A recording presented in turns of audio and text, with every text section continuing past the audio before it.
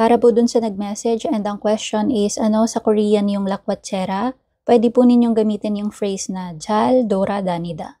Pag sinabing 잘 돌아다니다, you are describing someone who hangs out a lot, who goes around places actively, or is socially active or adventurous. So yun nga no, yung Tagalog term natin na lakwatsera, lakwatsero, or gala.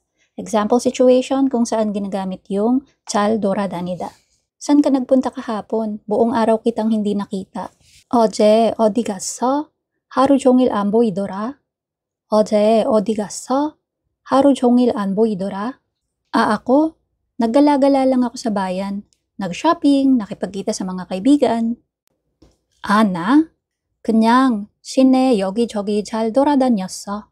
쇼핑도 하고, 친구들도 만나고. 나? 그냥 시내 여기저기 잘 돌아다녔어. 쇼핑도 하고, 친구들도 만나고. Wow, lakwatsera ka talaga. Hindi ka ba napagod? 와, 진짜 잘 돌아다닌다. 피곤하지 않았어? 와, 진짜 잘 돌아다닌다. 피곤하지 않았어? Medyo napagod nga eh, pero masaya naman. 좀 피곤하긴 한데 재밌었어. 좀 피곤하긴 한데 재밌었어. And sa Tagalog, minsan ginagamit din natin yung expression na makati ang paa para sa mga taong gala or lakwatsera. So meron din sila dito sa Korea na idiomatic expression sa mga ganyang klase ng tao. Ang ginagamit nila na idiomatic phrase is bare baram dilda. Bare baram dilda. Parang hinahangin yung paa kasi nga hindi ma-stay sa isang lugar. Gala ng gala. Examples? Talagang gala yan, hindi napipirme sa bahay.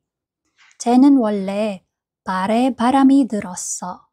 집에 잘 안 있어. 쟤는 원래 발에 바람이 들었어. 집에 잘 안 있어.